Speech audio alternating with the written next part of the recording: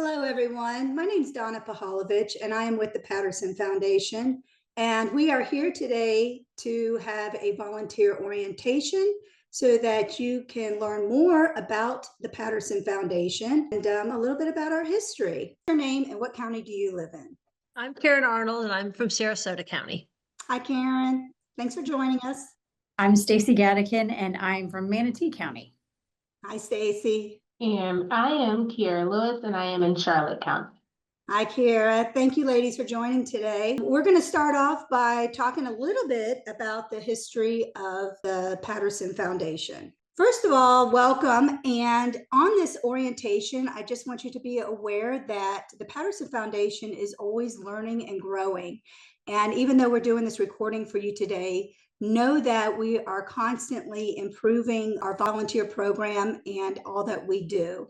Founded in 1997 by Dorothy Patterson, the Patterson Foundation was born from the wealth she inherited after the passing of her husband, James Patterson, in 1992. That legacy traces back 4 generations to Joseph Medill, a founding partner of the Tribune Company that was developed in 1847. Dorothy established the Patterson Foundation with a simple but powerful mission: to do good and do it well. Though she passed away in 2007, her vision lives on through the work that the Patterson Foundation is today. Unlike traditional foundations, the Patterson Foundation does not run on grant cycles or accept proposals. Instead, we invest in strengthening communities by connecting people, sharing knowledge, and encouraging collaboration. With over 20 active initiatives, like the Suncoast Campaign for grade level reading and digital access for all, each one is unique, but united by a common goal: bringing together residents, businesses, nonprofits, government, and media to share a common aspiration. Beyond our initiatives that you may be familiar with, we are also proudly supporting the efforts like the Bay, Patriot Plaza, the Giving Challenge, and Seasons of Sharing. The Patterson Foundation sparks change by bringing together people, businesses, nonprofits, government, and media to pursue shared goals through 5 powerful connections: connecting, learning, sharing, evolving, and strengthening. You are going to hear words like this throughout this presentation because these are ideas that we have put together as part of our foundation and what we live by to strengthen our community. Trust is essential, but true collaboration thrives when 5 key traits align: leadership, willingness, readiness, capacity, and culture. No matter the challenge, the Patterson Foundation moves forward with 5 guiding forces that turn change into opportunity. Those are caring, connecting, collaborating, contributing, and creating. As you work with us, you will see how those words come alive and are in everything that we do for our day-to-day processes. So the TPF team, and you will hear the initials TPF, which stands for the Patterson Foundation. The TPF team has a governing board, which are the keepers of the legacy of the Patterson Foundation. We are led by President and CEO Deborah Jacobs, and we have a staff that enhances all of our work.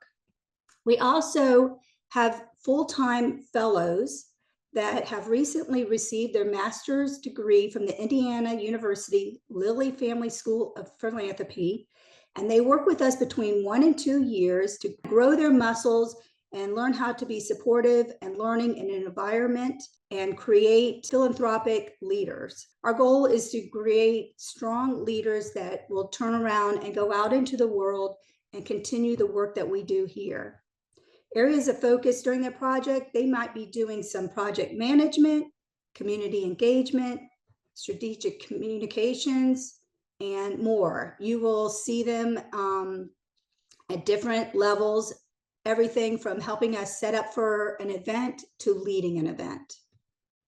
We also have independent consultants that work with us, that use their strengths and their talents as needed. And then, of course, the volunteers, which is the core of what we really rely on to really help make our efforts come alive. Now, you said that you were interested in volunteering with us, and you're kind of wondering, well, what does that mean? Well, there's many things that you can do. We have material prep that happens year round.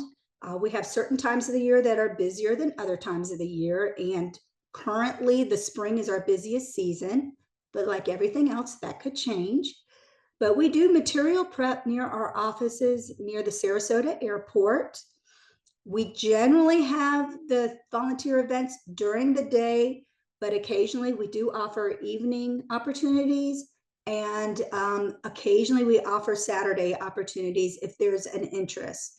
So again, material prep is throughout the year.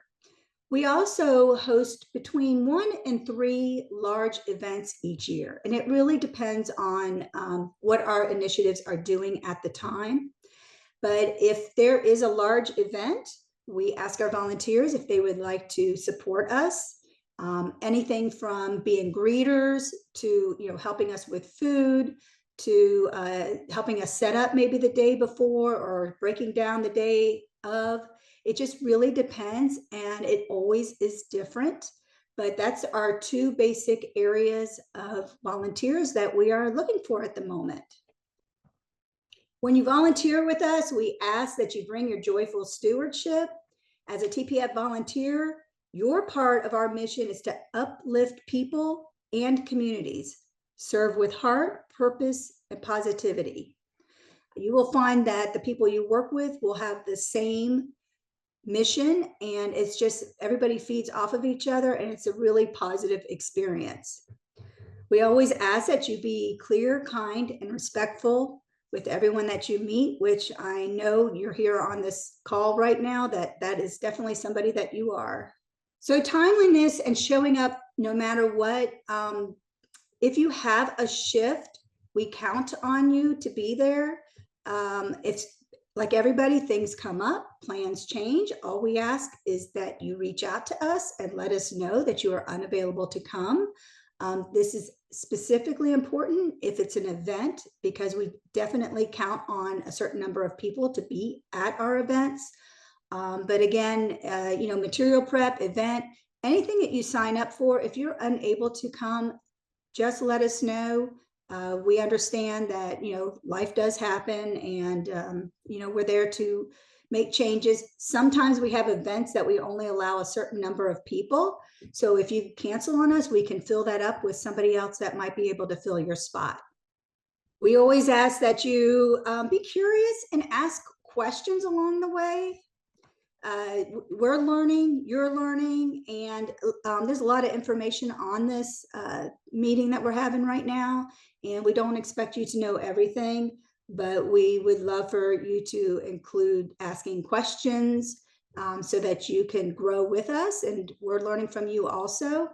For privacy, obviously, if we're working with personal information, which isn't very often, but if we are, we just ask that you maintain the confidentiality and be mindful of that. Dressing, it depends on the volunteer opportunity. We always let you know what to wear. When we're doing the material prep, it's very casual. We will let you know what to wear. If we're doing an event, it's going to be very specific. And we let you know ahead of time what to wear. Your time and your effort matter. You help bring initiatives to life, and you change people's lives. And we're glad that you're going to be a part of this. And just for your information, the Patterson office, the Patterson Foundation office, is at 2 North Tamiami Trail. We are right downtown in 1 Sarasota Tower. We don't do too many volunteer events at our offices. It's not very large.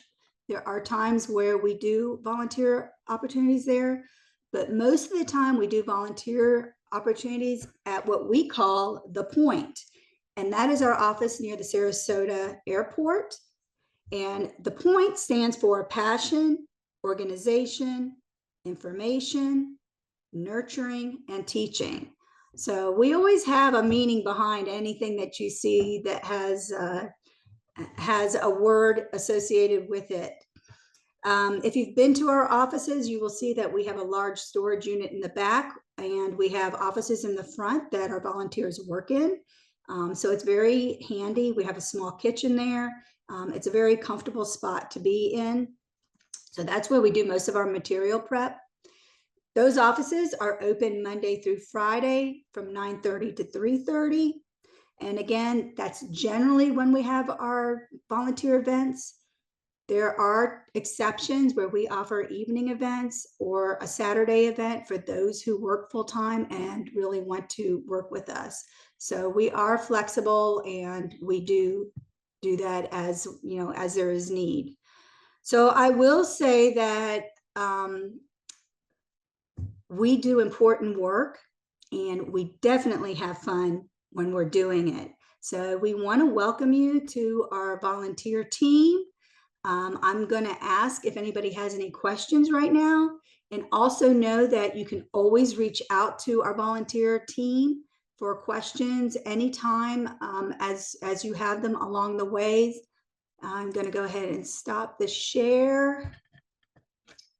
And I am going to see if anybody has any questions. Stacy. So can high school students volunteer with TPF? Good question. Yes, we do have high school students who come in. Most of them are looking for hours, and absolutely. I did not mention, but we do have waivers that we have volunteers fill out ahead of time. And the reason being is just mostly just to have an emergency contact. If you're under 18, a parent will have to sign the waiver. That's the only thing that we require, but we welcome high school students. We see a lot of them over the summer hours or summertime to come and get their hours. So absolutely bring the high school students. Anyone else have a question? How will I know what's expected of me at an event? Okay, so Karen, what will happen is when we have a volunteer opportunity, you're going to receive an email, and it's going to have a link, and it will describe what we're looking for, what the hours are. And I usually explain if it's a standing event or a sitting event, because some people, don't stand for long periods of time. Some people prefer to stand and move. We have all kinds of events. Some of them are sitting down. Some of them are standing and moving. So when you receive the email, there'll be an explanation of what the volunteer event is and its purpose, what is expected of you, in other words, physical expectations, and the hours that we're going to need you. So there's always an explanation of what it is you're getting into. Now, if it's an event, that's a little bit different. You will still know ahead of time, but there's usually a lot more opportunities and a lot more diversity in what you can do, and a lot more choices. So at that time, you can look for the ones that meet your needs or where you're happiest. Some are working with people and greeting people, and some are behind the scenes. So it just really depends on where you're happy. I will let you know also that if you put in that you want to help with material prep, we do that year round, and you will receive emails year round. Don't ever feel obligated.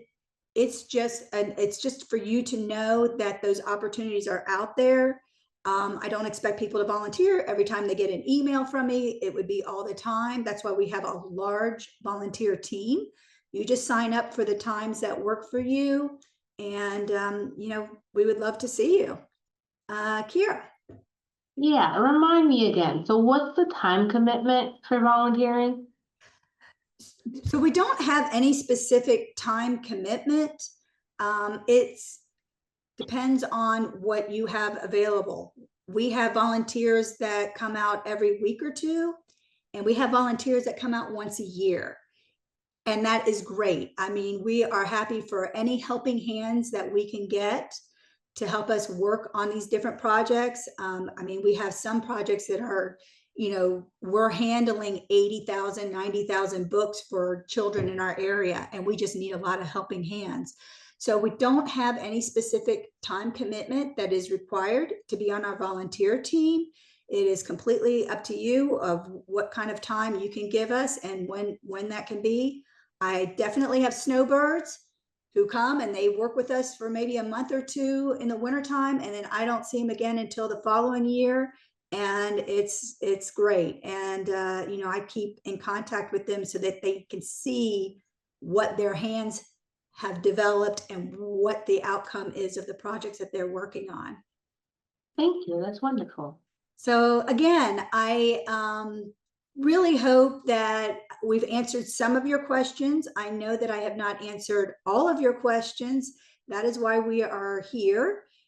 When you come out and work with us, we will make sure that you are, what projects you're working on and what the outcome, what we're trying to do, what kind of connections we're trying to make, so that you're part of the team, because you're definitely part of the team, and we need our volunteers so that we can continue to make our 4-county area stronger.